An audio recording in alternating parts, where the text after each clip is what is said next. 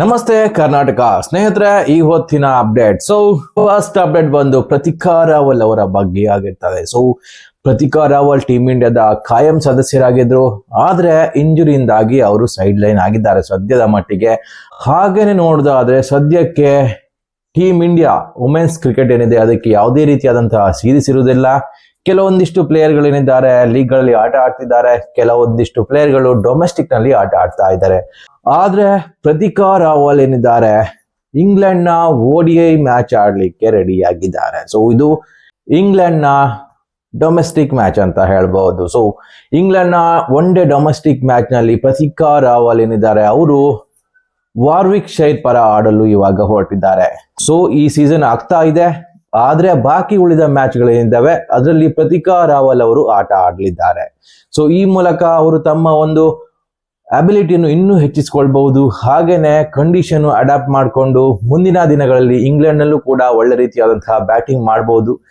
Next update Commonwealth game ಇಂದ ಬರ್ತಾ ಇದೆ ಗುರು. ಹೌದು, ಕಾಮನ್ವೆಲ್ತ್ ಗೇಮ್ ನಲ್ಲಿ ಭಾರತೀಯ ಅಥ್ಲೀಟ್ ಏನಿದ್ದಾರೆ ರೆಕಾರ್ಡ್ ಮಾಡಿದ್ದಾರೆ. ಹೌದು, ಈ ರೀತಿ ಮಾಡಿದಂತಹ ಪ್ರಥಮ ಭಾರತೀಯನಾಗಿರ್ತಾರೆ. ಏನಂತ ಹೇಳಿದ್ರೆ 10,000 ಮೀಟರ್ ರೇಸಿಂಗ್ ಏನಿದೆ ಅದರಲ್ಲಿ ನಮ್ಮ ಭಾರತೀಯ ಇವಾಗ ಪದಕ ವಿಜೇತರಾಗಿದ್ದಾರೆ. ಸಿಲ್ವರ್ ಮೆಡಲ್ ವಿನ್ ಆಗಿದ್ದಾರೆ. ಈ ರೀತಿ ಮಾಡಿದಂತಹ ಏಕೈಕ ಭಾರತೀಯ ಅಂತ ಹೇಳ್ಬಹುದು, ಅದು ಕಾಮನ್ವೆಲ್ತ್ ಗೇಮ್ ನಲ್ಲಿ. ಗುಲ್ವೀರ್ ಸಿಂಗ್ ಏನಿದ್ದಾರೆ ಈ ಒಂದು ದಾಖಲೆಯನ್ನು ಮಾಡಿದ್ದಾರೆ. ಈ ಒಂದು ದಾಖಲೆ ಏನಿದೆ ನಮ್ಮ ಭಾರತೀಯ ಮಾಡಿದಂತಹ ಅಪರೂಪದ ಸಾಧನೆ ಅಂತ ಹೇಳ್ಬೋದು. ಇದುವರೆಗೆ ಯಾವನೇ ಭಾರತೀಯ ಕೂಡ 10,000 ಮೀಟರ್ ನಲ್ಲಿ ಕಾಮನ್ವೆಲ್ತ್ ಗೇಮ್ ನಲ್ಲಿ ಪದಕ ವಿಜೇತರಾಗಿಲ್ಲ. ಆದ್ರೆ ಇವರು ಮೊದಲ ಭಾರತೀಯನಾಗಿ ಆ ಒಂದು ಪದಕ ವಿಜೇತರಾಗ್ತಾರೆ. 27 ನಿಮಿಷ 49 ಸೆಕೆಂಡ್ ನಲ್ಲಿ ಈ ಒಂದು ದಾಖಲೆಯನ್ನು ಮಾಡಿರ್ತಾರೆ. ಕಾಮನ್ವೆಲ್ತ್ ಗೇಮ್ ಇದೆಯಲ್ಲ ಅದು ಭಾರತೀಯರಿಗೆ ಸ್ವಲ್ಪ ಮಟ್ಟಿನ ಖುಷಿ ಕೊಡ್ತಾ ಇದೆ. ಭಾರತೀಯರು ವಿನ್ ಆಗ್ತಾ ಇದ್ದಾರೆ, ಹೀಗೇನೆ ವಿನ್ ಆಗ್ಲಿ. ನಮ್ಮ ಭಾರತೀಯ ತಿರಂಗ ಎಲ್ಲೆಡೆ ಹರಡ್ಲಿ ಅಂತ ಹೇಳೋಣ. ನೆಕ್ಸ್ಟ್ ಅಪ್ಡೇಟ್, ಮೊಹಮ್ಮದ್ ಹಫೀಜ್ ಏನಿದ್ದಾರೆ ಇವಾಗ ಮತ್ತೆ ಕ್ಯಾಪ್ಟನ್ಸಿ ಪಟ್ಟ ಇರಲಿದ್ದಾರೆ. ಹೌದು, ಇದು ದಿ ಲೆಜೆಂಡ್ ಕ್ರಿಕೆಟ್ ನಲ್ಲಿ ಆಗಿರ್ತದೆ. ದಿ ಲೆಜೆಂಡ್ ಟೂರ್ನಮೆಂಟ್ ಇನ್ನೇನು ಸ್ಟಾರ್ಟ್ ಆಗ್ಬೇಕಿದೆ. ಆ ಒಂದು ಲೆಜೆಂಡ್ ಲೀಗ್ ನ ಪಾಕಿಸ್ತಾನ ಸ್ಕ್ವಾಡ್ ಏನಿದೆ ಅದಕ್ಕೆ ಮೊಹಮ್ಮದ್ ಹಫೀಜ್ ಕ್ಯಾಪ್ಟನ್ ಆಗಲಿದ್ದಾರೆ. ಈ ರೀತಿಯಾದಂತಹ ಒಂದು ಅಪ್ಡೇಟ್ ಬರ್ತಾ ಇದೆ. ಈ ಒಂದು ಲೆಜೆಂಡ್ಸ್ ಲೀಗ್ ಏನಿದೆ ಅದು ಏಷ್ಯನ್ ಲೆಜೆಂಡ್ಸ್ ಲೀಗ್ ಆಗಿರ್ತದೆ. ವರ್ಲ್ಡ್ ವೈಡ್ ಅಲ್ಲ, ಏಷ್ಯನ್ ಲೆಜೆಂಡ್ಸ್ ಲೀಗ್ ನಲ್ಲಿ ಇವರು ಕ್ಯಾಪ್ಟನ್ಸಿ ಮಾಡಲಿದ್ದಾರೆ. ಅದು ಪಾಕಿಸ್ತಾನ ಲೆಜೆಂಡ್ಸ್ ನ ಕ್ಯಾಪ್ಟನ್ ಆಗಲಿದ್ದಾರೆ ಮೊಹಮ್ಮದ್ ಹಫೀಜ್. ಬಾಕಿ ಉಳಿದ ಪ್ಲೇಯರ್ ಗಳಿಗೆ ಹೋಲಿಸಿದ್ರೆ ಮೊಹಮ್ಮದ್ ಹಫೀಜ್ ಬೆಟರ್ ಅಂತ ಹೇಳ್ಬಹುದು. ಅದೇ ರೀತಿ ಅವರು ಟೀಮ್ ನ ಕ್ಯಾಪ್ಟನ್ ಆಗಿರ್ತಾರೆ. ಹಾಗೇನೆ ಪಾಕಿಸ್ತಾನ ಪರ ಉತ್ತಮ ಪ್ರದರ್ಶನ ಕೊಡೋದು ಕೂಡ ಅವರೇ ಆಗಿರ್ತದೆ ಅಂತ ಅನಿಸ್ತಾ ಇದೆ. ನೋಡೋಣ, ಲೆಜೆಂಡ್ಸ್ ಲೀಗ್ ಇನ್ನೇನು ಕೆಲವೇ ದಿನಗಳಲ್ಲಿ ಸ್ಟಾರ್ಟ್ ಆಗ್ತದೆ. ಯಾರು ವಿನ್ ಆಗ್ತಾರೆ? ನಮ್ಮ ಟೀಮ್ ಇಂಡಿಯಾನು ಕೂಡ ಇದೆ, ಅಲ್ಲಿಯೂ ಕೂಡ ನಮ್ಮ ಟೀಮ್ ಇಂಡಿಯಾ ಹಾಗೂ ಪಾಕಿಸ್ತಾನ ಲೆಜೆಂಡ್ ಗಳ ಮಧ್ಯೆ ಕ್ಲಾಶ್ ಆಗ್ತದೆ. ನೋಡೋಣ ಏನಾಗ್ತದೆ. ನಿವೃತ್ತರಾದಂತಹ ಕ್ರಿಕೆಟಿಗರು ಯಾವ ರೀತಿ ಆಡ್ತಾರೆ ಅಂತ ನಾವು ಕಾದ್ ನೋಡ್ಬೇಕಾಗ್ತದೆ. ಇನ್ನು next update, Shubman Gill number 1 ಸ್ಥಾನಕ್ಕೆ ಏರಿದ್ದಾರೆ. ಹೌದು, ಶುಭ್ಮನ್ ಗಿಲ್ ಏನಿದ್ದಾರೆ ಡ್ಯಾರೆಲ್ ಮಿಚೆಲ್ ಅವರನ್ನು ಹಿಂದಿಕ್ಕಿ ODI ರ್ಯಾಂಕ್ ನ ನಂಬರ್ 1 ಸ್ಥಾನಕ್ಕೆ ಏರಿದ್ದಾರೆ. ಶುಭ್ಮನ್ ಗಿಲ್ ಕೆಲವೊಂದು ಸೀರೀಸ್ ಗಳಿಂದ ಉತ್ತಮ ಪ್ರದರ್ಶನ ಕೊಡ್ತಾ ಇದ್ರು ಭಾರತದ ಪರ, ಹಾಗೇನೆ ಲೀಡಿಂಗ್ ರನ್ ಸ್ಕೋರರ್ ಅಂತಾನು ಹೇಳಬಹುದು. ಆದ್ರೆ ಕೆಲವು ದಿನಗಳ ಹಿಂದೆ ನೋಡಿದ್ರೆ ಶುಭ್ಮನ್ ಗಿಲ್ 2ನೇ ಸ್ಥಾನದಲ್ಲಿದ್ರು, ಆದ್ರೆ ಡ್ಯಾರೆಲ್ ಮಿಚೆಲ್ ಏನಿದ್ದಾರೆ ಪ್ರಥಮ ಸ್ಥಾನದಲ್ಲಿದ್ರು. ಆದ್ರೆ ಇವಾಗ ಭಾರತಕ್ಕೆ ಯಾವುದೇ ರೀತಿಯಾದಂತಹ ಮ್ಯಾಚ್ ಇಲ್ಲ. ಆದ್ರೆ ಡ್ಯಾರೆಲ್ ಮಿಚೆಲ್ ಅವರ ಮ್ಯಾಚ್ ಏನಿದೆ ಅಲ್ಲಿ ಸ್ವಲ್ಪ ಕಸಿವಿಸಿ ಆಗಿದೆ ಅಂತ ಅನಿಸ್ತಾ ಇದೆ. ಡ್ಯಾರೆಲ್ ಮಿಚೆಲ್ ಆಡಿದಂತಹ ಮ್ಯಾಚ್ ಗಳಲ್ಲಿ ಅವರು ಉತ್ತಮ ಪ್ರದರ್ಶನ ಕೊಡ್ಲೇ ಇಲ್ಲ.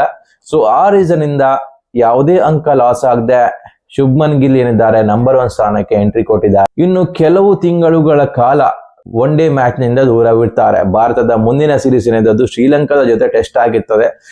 ಆ ಸಮಯದಲ್ಲಿ ಡ್ಯಾರೆಲ್ ಮಿಚೆಲ್ ಏನಾದ್ರೂ ODI ಮ್ಯಾಚ್ ಆಡಿ ಉತ್ತಮ ಪ್ರದರ್ಶನ ಕೊಟ್ರೆ ಮತ್ತೆ ಪುನಃ ನಂಬರ್ 1 ಸ್ಥಾನ ಏನಿದೆ ಅದು ಡ್ಯಾರೆಲ್ ಮಿಚೆಲ್ ಅವರಿಗೆ ಹೋಗ್ತದೆ. ಇದರಲ್ಲಿ 2 ಮಾತಿಲ್ಲ, ಇದಂತೂ ಗ್ಯಾರಂಟಿ ಅಂತ ಹೇಳ್ಬಹುದು. ಆದ್ರೆ ಅಲ್ಲಿವರೆಗೆ ಬಾಕಿ ಉಳಿದ ಪ್ಲೇಯರ್ಗಳು ಯಾವ ರೀತಿ ಪರ್ಫಾರ್ಮ್ ಕೊಡ್ತಾರೆ ಅಂತ ಕಾದ್ ನೋಡ್ಬೇಕಾಗ್ತದೆ.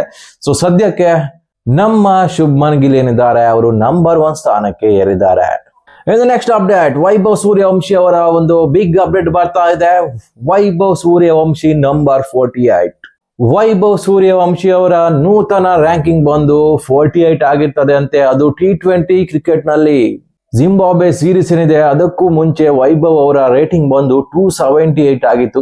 ಜಿಂಬಾಬ್ವೆ ಸೀರೀಸ್ ಮುಗಿದ ತಕ್ಷಣ ಅವರ ರ್ಯಾಂಕಿಂಗ್ ಬಂದು 48 ಆಗಿರ್ತದೆ. ಸೊ ಇಲ್ಲೇ ನೀವು ಗಮನಿಸಿ 200+ ರ್ಯಾಂಕಿಂಗ್ ಅನ್ನು ಒಂದೇ ಸೀರೀಸ್ ನಲ್ಲಿ ಕ್ರಮಿಸ್ತಾರೆ ಅಂತ ಹೇಳ್ಬಹುದು. ಸೊ ಇವಾಗ ಕರೆಂಟ್ಲಿ ನೋಡೋದಾದ್ರೆ 48 ರ್ಯಾಂಕಿಂಗ್ ನಲ್ಲಿ ವೈಭವ್ ಸೂರ್ಯವಂಶಿ ಇದ್ದಾರೆ. ಸೊ ಕೇವಲ 6 ಮ್ಯಾಚ್ ಅಷ್ಟೇ ಆಗಿದೆ, ಅದಾಗ್ಲೇ 48 ರ್ಯಾಂಕಿಂಗ್ ಗೆ ರೀಚ್ ಮಾಡಿದ್ದಾರೆ. ಸೊ ದಿ ಬಿಗ್ ಇಂಪ್ಯಾಕ್ಟ್ ಅಂತ ಹೇಳ್ಬಹುದು. ಈ ರೀತಿ ಮೊದಲು ಮಾಡಿದ ಪ್ಲೇಯರ್ ಗಳೇ ಇಲ್ಲ ಅಂತ ಹೇಳ್ಬೋದು. ಅಷ್ಟರ ಲೆವೆಲ್ಗೆ ಅವರ ಒಂದು ಪರ್ಫಾರ್ಮೆನ್ಸ್ ಇದೆ. ಸದ್ಯಕ್ಕೆ ನೋಡೋದಾದ್ರೆ ವೈಭವ್ ಸೂರ್ಯವಂಶಿ ಅವರ ರ್ಯಾಂಕಿಂಗ್ ಮೇಲೆ ಬರ್ತಾ ಇದೆ. ಸೊ 48 ಏನಿದೆ ಅದು ಇನ್ನು ಕೆಲವೇ ದಿನಗಳಲ್ಲಿ, ಒಂದ್ ವೇಳೆ ಮ್ಯಾಚ್ ಇದ್ರೆ ಖಂಡಿತವಾಗಿಯೂ ಟಾಪ್ 10 ನಲ್ಲಿ ಸೂರ್ಯವಂಶಿ ಅವರು ಬಂದೇ ಬರ್ತಾರೆ ಅಂತ ಹೇಳ್ಬಹುದು. ಅಭಿಷೇಕ್ ಶರ್ಮಾ ಹಾಗೂ ಇಶಾನ್ ಕಿಶನ್ ಅವರ ರ್ಯಾಂಕಿಂಗು ಕೂತು ಕೊಡಬಹುದು. ಯಾಕಂತ ಹೇಳಿದ್ರೆ ಕೆಲವು ಸೀರೀಸ್ ಸಿಕ್ಕಿದ್ರೆ ಅವರ ರ್ಯಾಂಕಿಂಗ್ ಪಟ್ಟಿಯಲ್ಲಿ ಅವರ ಒಂದು ರ್ಯಾಂಕಿಂಗ್ ಏನಿದೆ ಮೇಲಕ್ಕೆ ಬರ್ಬೋದು ಅಂತ ಅನಿಸ್ತಾ ಇದೆ. ಕೇವಲ 6 ಮ್ಯಾಚ್ಗಳಲ್ಲಿ ಇಷ್ಟೊಂದು ದೂರ ಕ್ರಮಿಸಿದ್ದಾರೆ ಅಂತ ಹೇಳಿದ್ರೆ ಇನ್ನು ಒಂದು 10 ಮ್ಯಾಚ್ ಸಿಕ್ಕಿದ್ರೆ ನೋಡಿ ಅವರ ರ್ಯಾಂಕಿಂಗ್ ಎಲ್ಲಿಂದ ಎಲ್ಲಿಗೆ ಹೋಗುತ್ತೆ ಅಂತ. ಸೊ ಅಷ್ಟರ ಮಟ್ಟಿಗೆ ಡಾಮಿನೆನ್ಸ್ ಮಾಡ್ತಾ ಇದ್ದಾರೆ ವೈಭವ್ ಸೂರ್ಯವಂಶಿ.